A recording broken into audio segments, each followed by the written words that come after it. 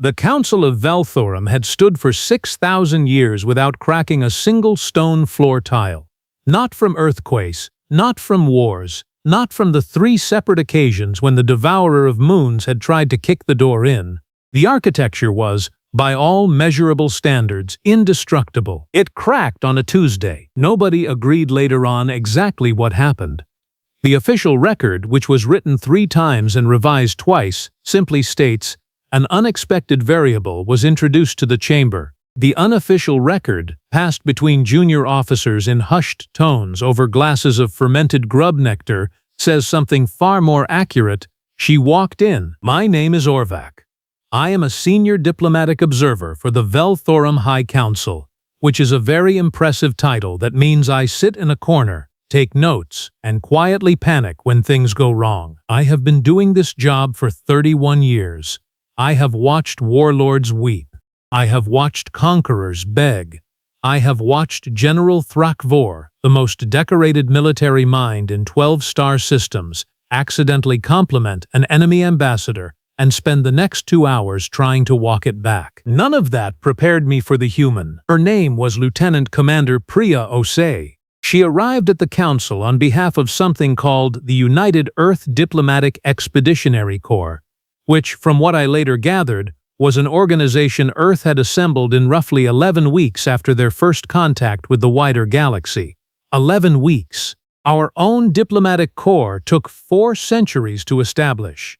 We had committees for the committees. She walked in representing an institution that was, by galactic standards, barely old enough to have finished lunch. She was not tall. This was the first thing that confused everyone. The Vel-Thorum value height as a signal of threat and status, and she stood at approximately 1.6 meters, which is the same height as our junior filing staff. She wore a dark uniform with small, precise decorations on her collar. Her hair was pulled back tightly. She carried a single data tablet and a ceramic travel mug with the words, "World's Okayest Diplomat," printed on the side in her own species language. We did not know what that said until later. When we had it translated, the High Chancellor let out a sound that no one in the room had ever heard from him before. We believe it was a laugh. The reason Priya Osei had been sent to Vel-Thorum was, on paper, a routine matter. The sovereignty of Kreth had filed a territorial grievance against Earth's newly established deep space relay station in Sector 9. The Kreth Sovereignty was one of the oldest military powers in this part of the galaxy. They had 40 war fleets, a weapons platform the size of a small moon, and a standing army that had not lost a conflict in 200 years. The human had a travel mug and 11 weeks of institutional history. I had expected this to take 4 minutes. The Kreth representative would state their claim, the human would apologize, perhaps cry a little, and Earth would quietly move its relay station somewhere out of the way. That was how these things went. That was the natural order. The Kreth representative entered first. His name was Warlord Dreskan-Ool, and if you have never seen a Kreth warlord in full ceremonial armor, I will describe him for you. Imagine something between a siege engine and a very angry mountain. He was 2.9 meters tall, covered in black composite plating, and had eyes that glowed amber in low light.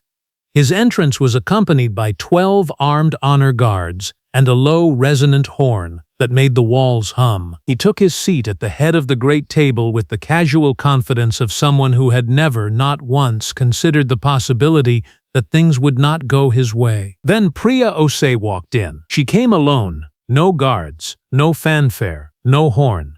She glanced around the chamber with the expression of someone who had been to many rooms like this one, and found most of them slightly over-decorated. She found her seat, set her data tablet on the table, placed the travel mug next to it, and sat down. She looked at Dreskan-Ool. "Morning," she said. The translator rendered this into the common galactic tongue. It came out as a greeting appropriate to the early portion of one's waking cycle, which is technically accurate. But the casual delivery, it sat in the chamber like a stone dropped into still water. Every diplomat in the room felt the ripple. Dreskan-Ool stared at her for a long moment. I could see him recalibrating. His briefing materials had told him he was facing a junior representative from a brand new species. His eyes were telling him something slightly different.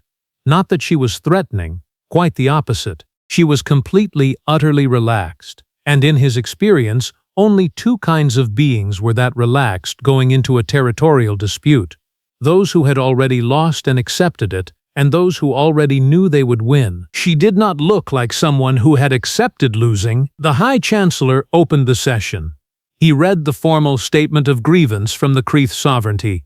The relay station in Sector 9 sat within the boundary markers of Kreth-claimed space, as established by the Treaty of Vel-Thorum. Earth had built it without consultation. Earth had refused 3 separate requests to relocate it. Earth had, on one occasion, sent a response to Kreth's final warning that contained a link to something called a Frequently Asked Questions document. This last item, I will note, caused genuine offense. The Kreth delegation's legal team had reportedly spent 6 days analyzing the document, and concluded it was either an insult or a form of primitive psychological warfare, possibly both. Dreskan-Ool presented his case with the practiced authority of a being who had delivered ultimatums to 7 different civilizations. He was clear, he was precise, he was, I admit, compelling. The relay station would be removed within 30 solar days, or the Kreth Sovereignty would consider it an act of territorial aggression, with all corresponding military responses. He finished. He leaned back. He waited. Priya Osei looked up from her data tablet. "Thank you, Warlord," she said. "I want to make sure I understand your position correctly, so bear with me for a second." She scrolled briefly on the tablet. The Kreth Sovereignty's claim to Sector 9 is based on the Treaty of Vel-Thorum, signed 412 years ago. Is that right? That is correct. Great. She set the tablet down. Who signed it? Dreskan-Ool blinked. Amber eyes, very slow blink. The recognized sovereign powers of that era. Sure. Was Earth one of them? A pause, longer than it should have been.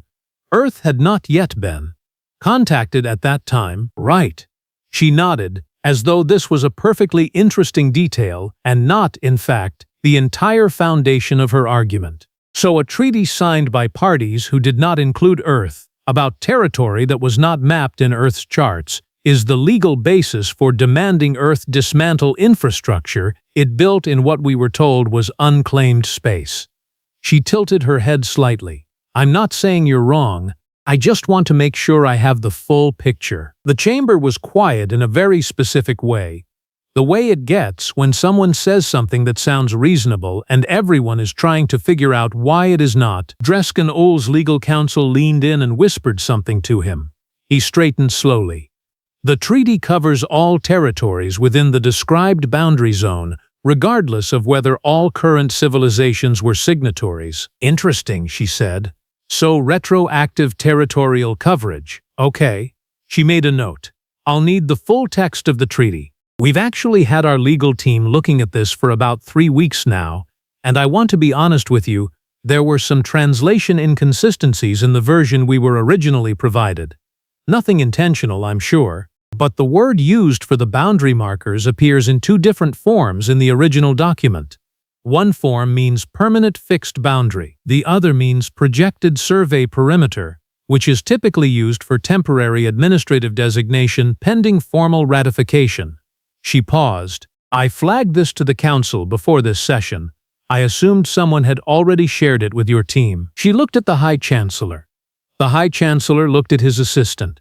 His assistant looked at a small device in his hand with an expression I can only describe as wishing he were somewhere else. Because the Council had received that flag 3 days ago, and in the customary slow grind of bureaucratic processing, it had been marked for review and then sat in a queue, and nobody had told the Kreth delegation. Dreskan-Ool turned to look at his legal counsel. His legal counsel turned to look at the document archive specialist seated behind him. The archive specialist opened his mouth, then closed it, then opened it again, then made a decision that was clearly visible on his face. He would be updating his career records tonight. "We were not," said Dreskan-Ool, with enormous and tightly controlled restraint, "made aware of this flag." "My apologies," said the High Chancellor, and he meant it, which made it worse. Priya Osei's expression did not change. She did not gloat. She did not smile with anything beyond professional courtesy. She simply reached forward, picked up her travel mug, took a sip, and set it back down. "I'm not here to make this adversarial," she said, and the remarkable thing was that she sounded like she meant it. Earth's position is that we built in good faith in what we were told was open space. If there's a genuine territorial dispute, we want to resolve it properly. But I do think, given the translation question, we should probably pause and get a clean version of that treaty before we start talking about military responses. Don't you? She looked at Dreskan-Ool with an expression of complete, genuine openness. He looked back at her. There is a concept in Vel-Thorum's strategic doctrine called the Hollow Mountain. A position that looks strong from a distance but, on approach, reveals itself to have no interior. The danger of the Hollow Mountain is not that it collapses, it is that your opponent reaches it before you do and sets up camp inside. Dreskan-Ool had just reached his own mountain, and Priya Osei was already sitting in the doorway, drinking from her mug, looking comfortable. "A recess," he said finally. "I request a formal recess pending document review." "Of course," said the High Chancellor, a little too quickly. The recess was called. The Kreth delegation filed out in a silence that had texture to it, the way a room sounds after something expensive has fallen off a shelf and you are waiting to see how many pieces it broke into. I sat in my corner and wrote 3 words in my observation log. "This is new." Outside in the corridor, I found myself walking near 2 of the junior Kreth honor guards. One of them said something to the other in low Kreth. My translator caught it a beat late. "Did she come here alone on purpose?" The other one did not answer for a moment. Then, "I think everything she does is on purpose." I wrote that down too. The recess lasted 6 hours. This was unprecedented. Recesses at the Council of Vel-Thorum typically lasted 30 to 90 minutes. 6 hours meant something was being rebuilt, which meant something had been broken, which meant whatever had been assumed coming in was no longer assumed going out. During those 6 hours, Priya Osei sat in the visitors' lounge on the east side of the building. She ordered food, which she ate without apparent concern. She made several communication calls, which are monitoring protocols, "Do not judge us. Everyone does it," picked up as entirely mundane. A check-in with her superiors, a message to someone she called Mum, in which she said the meeting was going okay, and, bafflingly, 40 minutes spent apparently discussing soil composition on some distant agricultural project. She did not appear to be stressed. This in itself was stressful for everyone else. When the session resumed, Dreskan-Ool entered with a different quality of silence around him. It was not the silence of a warlord about to deliver a verdict. It was the silence of someone who had been on a call with their superiors and had emerged from it with revised instructions and the sort of expression that comes from swallowing something unpleasant. He sat. He folded his massive hands on the table. "The Kreth Sovereignty," he said, "acknowledges that the translation inconsistency raised by the Earth delegation warrants formal review. We are prepared to enter a period of joint documentation verification before proceeding with territorial claims." There it was. That was an enormous climb down delivered in the most compressed, dignified language possible. To most observers in the room, it probably sounded like a procedural pause. To anyone who understood Kreth legal tradition, it was Dreskan-Ool putting his sword on the table and saying, "Let us perhaps discuss this before anyone gets hurt." Priya Osei nodded. "That seems very reasonable," she said. "And in the meantime, Earth is happy to voluntarily reduce the relay station's transmission footprint by 40% as a gesture of good faith. That addresses the primary interference concern your technical team filed in the original grievance. We should have done that earlier, honestly. I apologize for the delay on that." The Kreth Legal Council wrote something down very fast. I suspect it was, "Who is this person, and why didn't we know about her?" The session ended with a joint working group established, a 6-month timeline for document review, and no military ultimatums. This had never happened before with a Kreth territorial grievance. Every prior dispute on record had ended in either a concession, an escalation, or a very expensive stalemate. This one ended in a handshake and a shared translation project. As the delegations filed out, I watched Dreskan-Ool pass close to Priya Osei near the chamber doors. He was a head and a half taller than her. He looked down at her for a moment. "You prepared the translation flag before this session began," he said. "It was not a question." 3 weeks ago, she confirmed. "You waited." "I wanted to understand your position first," she said. "You presented a very solid case. If there hadn't been a translation problem, I would have needed a different approach." He studied her for a long moment. "You had another approach ready." She smiled. "Just a small one. I usually come with a few." He made a sound deep in his chest. "I had no translation for it. My notes say only, possibly respect, possibly something that looks like respect but is more complicated." Then he walked out, and his honor guard followed, and the entire Kreth delegation was gone. Priya Osei picked up her travel mug from the side table where she had left it, checked whether it was empty. It was, and looked mildly disappointed. I walked over. I am not sure why. In 31 years, I have never approached a delegate after a session. "Lieutenant Commander," I said. She looked at me. "Hi, you're the observer from the Council Record Office. Senior Diplomatic Observer. Orvak. Nice to meet you." She shook my hand, which was a human physical greeting I had read about but never experienced. It was firmer than I expected. "Good session today, I think." "I have never seen Warlord Dreskan-Ool request a recess," I told her. She looked genuinely modest about this, which I found unsettling. "The translation thing was real. I wasn't manufacturing it." "I know," I said. "That is precisely what makes it impressive." She glanced at her empty mug again. "Is there coffee anywhere in this building? We have fermented grub nectar." She looked at me with a very specific expression. "I'll figure something out," she said. She walked off toward the visitor's exit, travel mug swinging from 2 fingers, heels quiet on the ancient stone floor that had cracked that morning for the first time in 6,000 years. I stood there for a moment. Then I went back to my corner and opened my observation log. I added a new entry.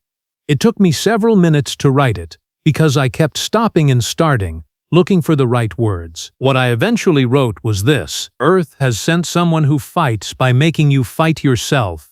By the time you realize the battle has changed, the ground has already shifted. She is not aggressive. She is patient. She is prepared. And she is, I believe, only just beginning." I paused. Then I added one more line. "Note for the Council. Contact Earth. Carefully. And perhaps bring better coffee." Word travels fast in diplomatic circles.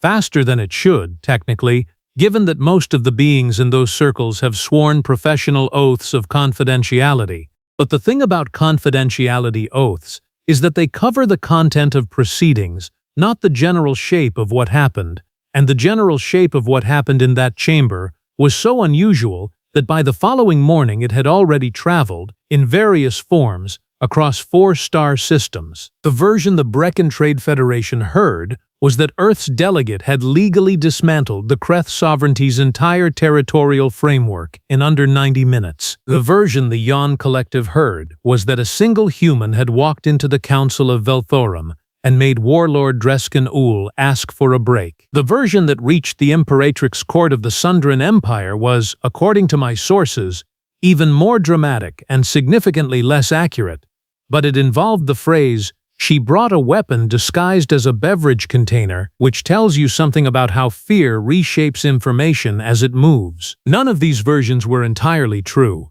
All of them were, in some important way, correct. I am Orvak, Senior Diplomatic Observer, and what I know, because I was in the room, is this. The version that actually mattered, the one that set the next 4 months in motion, was the one that reached a being named Sovereign-Marshal Zarek-Ul. Now, I want you to understand something about Zarek-Ul, because context is everything. He was not a warlord in the way Dreskan-Ool was a warlord. Operational, territorial, focused on specific gains. Zarek-Ul was the supreme military commander of the Sundran Empire, which spanned 19 star systems and had been the dominant power in this region of the galaxy for 3 centuries. He was, by any reasonable metric, the most feared active military figure in known space. Not because of his fleet, though his fleet was extraordinary, not because of his personal combat record, though that too was exceptional. He was feared because of a specific quality that I can only describe as he never, ever miscalculated. In 300 years of sunder and expansion, Zarek-Ul had fought 64 engagements. He had won 64 engagements. Several of those wins had come against opponents who, on paper, should have beaten him. The reason they had not beaten him was always, on analysis, the same. He had known something they did not, and he had known it early enough to use it. When the report about Priya Osei reached him, he did something no one expected. He requested a meeting, not with Vel-Thorum, not with the Kreth Sovereignty to discuss what had happened. He requested a meeting directly with the United Earth Diplomatic Expeditionary Corps. I found out about this because the request was formally routed through the Council of Vel-Thorum as a neutral venue, and as senior observer, I was copied on the routing notice. I read it twice, then I read it a third time. Then I sent a very short message to my supervisor that said, "I think we need to talk." The thing that no one said aloud, but that everyone understood, was this. Zarek-Ul did not request meetings with junior delegates from young civilizations. He did not, as a rule, acknowledge young civilizations at all until they had been operational for at least 50 years and had demonstrated sufficient complexity to be worth his attention. Earth had been in contact with the wider galaxy for less than a year. By his own historical standards, he should not have known their name yet. He had watched the Vel-Thorum session transcript. I do not know how he got it, because the council records are classified for 30 days after any proceeding. What I know is that he had clearly watched it, and then he had done what Zarek-Ul always did. He had made a decision before anyone else had finished thinking. The meeting was scheduled for 12 days out. Standard neutral ground format at a council-maintained facility on the station Vel-Thorum 7. Priya Osei would represent Earth. Zarek-Ul would represent himself because the Sundaran Empire was Zarek-Ul, at least in any room where it mattered. I attended as official observer. I had never wanted to be in a room so much in my entire career. On the morning of the meeting, I arrived at the facility early because I always do.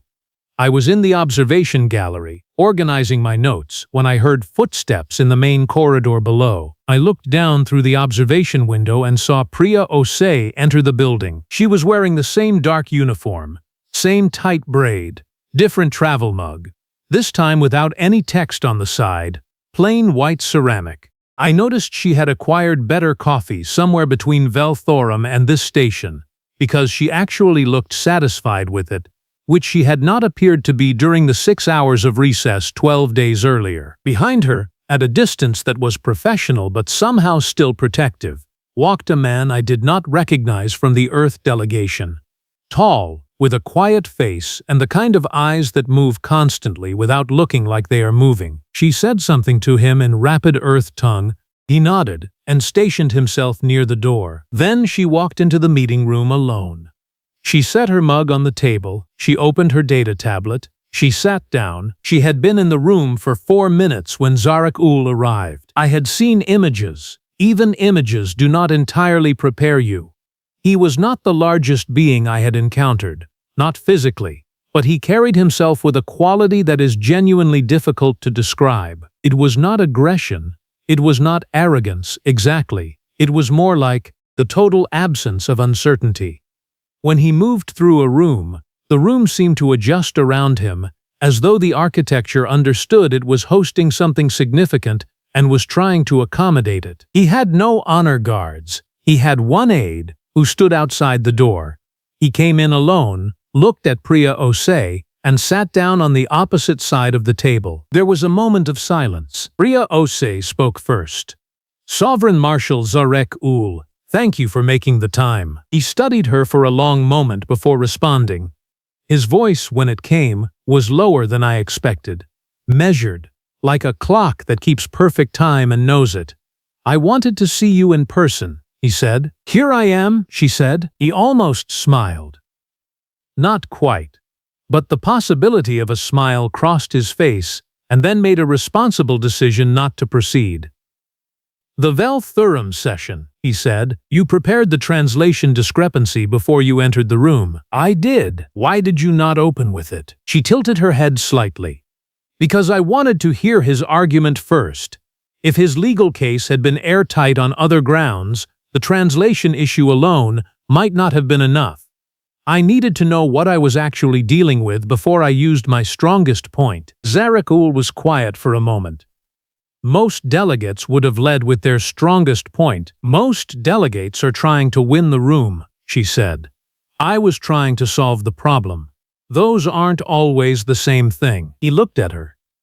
And if the translation discrepancy had not existed, I had 3 other approaches prepared, she said. The relay station's location technically falls within a contested buffer zone established by the merger accords of 2 centuries ago, which Kreth never formally integrated into their treaty framework. That would have taken longer to argue, but it gets to the same place eventually. There was a longer silence. I had my observation notes open, and I was not writing anything. I was just watching. You are very young, said Zarek-Ul. Not unkindly, more like a man noting an interesting feature of a landscape. My civilization is young, she said. I'm 34. Your civilization has been in contact with the wider galaxy for less than a standard year. 11 months, she agreed. And yet you were sent to address a Kreth territorial grievance. She looked at him steadily. Someone had to go. Earth had no experienced galactic diplomats. Earth had me. He studied her. Something shifted in his expression, not dramatically, but the way a very precise instrument shifts when it is registering something new. Why did you make the concession? He asked. The voluntary reduction of the relay station's transmission footprint. That was not required by the argument you had made. You had already won the procedural ground. Because the interference complaint was legitimate, she said simply. Their technical team had a real concern about the transmission overlap. We should have addressed it months ago. I wasn't going to sit on a correct procedural point while ignoring a valid operational problem. That's not solving anything. That's just scoring. Zarek-Ul folded his hands on the table. He had very large hands, scarred in a specific way, that told stories about what kind of person had held what kind of weapons over how many years. He looked down at them for a moment, then back at her. I will tell you why I requested this meeting, he said. Please, she said. The Sundarin Empire has a territory dispute that has been unresolved for 40 years. It involves 3 parties. The Vel-Thorum Council has attempted mediation twice. Both attempts failed. The dispute is not primarily about resources or boundary lines. It is about a historical grievance, a treaty that was signed under coercion 3 generations ago that one party has never accepted as legitimate, and 2 parties have built their entire legal framework around. He paused. Every formal process available under galactic law has been tried. None of them address the actual problem, which is that the legal framework and the historical reality are not in agreement, and no existing mechanism accounts for that gap. Priya Osei did not say anything immediately. She looked at him. Then she looked at her data tablet. Then she looked back at him. You're not asking me to solve it, she said. You're asking me whether I see the same problem you see. He was quiet for a moment. Yes, the legal framework and the historical reality are not in agreement, she said slowly, like someone turning a phrase over in their hands to check its weight. And every attempt to solve it has worked within the legal framework, which means every attempt has, at some level, validated the original coerced treaty even when trying to modify it. And the party that signed under coercion keeps experiencing that as a repetition of the original injustice, even when the intent is conciliatory. Zarek-Ul was very still, which means, she continued, that the solution probably can't come from within the existing legal framework at all. You'd need to go outside it, some kind of foundational acknowledgement before any legal process begins, not a concession about the current boundaries, a reckoning with how the original treaty came to exist. She paused.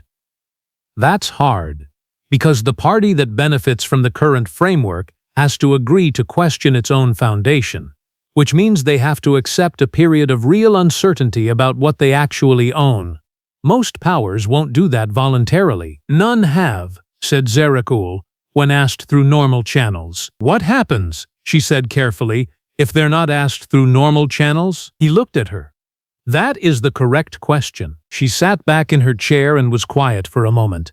She reached forward, picked up her ceramic mug, realized it was empty, set it back down, and seemed briefly to consider the nature of existence. "Can I ask you something?" she said. "Yes, why come to me? Earth has no history here, no stake in this dispute, no leverage with any of the three parties. By every conventional metric, I am exactly the wrong person for this." Zarek-Ul looked at her for a long moment. "When I watched the session transcript from Vel-Thorum," he said, "I saw something I have not seen in 40 years of this work. I saw someone who understood that the official version of a problem is almost never the actual problem, and that the gap between those two things is where every failed solution lives." He paused. "That is a rare quality. In my experience, it cannot be taught. Either a person sees the gap or they do not." She absorbed this. "And you see the gap." "I have always seen it," he said quietly. "I have simply spent 40 years unable to move anyone else to the same vantage point." Something in the room changed. Not dramatically, not with any sound or motion, but I felt it from the observation gallery, the specific quality of a silence that has shifted from negotiation to something more like recognition. Two people who think in a particular way, finding that out about each other. "I'll need the full case history," she said finally. "Everything. Original treaty documentation, both authenticated versions, all prior mediation records, each party's internal position papers if you can get them. I'll need probably 3 months before I can even tell you whether there's a path." "I can have the documentation to you within the week," said Zarek-Ul. "And I need to be clear," she said, "that I can't promise anything. This might not be solvable, some things genuinely aren't, and pretending otherwise just delays the moment when everyone has to accept that." "I understand. But," she looked at him steadily, "if there is a path, I will find it.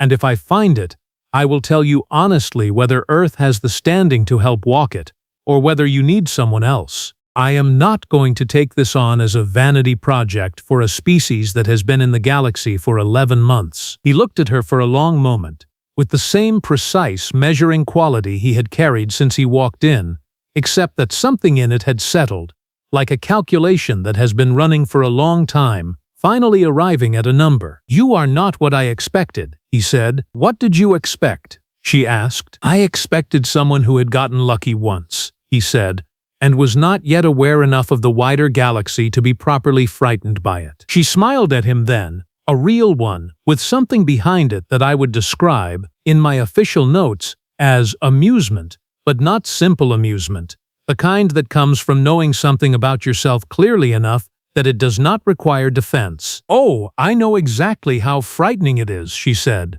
"I'm just not going to let that be the most important thing in the room." Zarek-Ul stood. He was very tall in the quiet space of that chamber.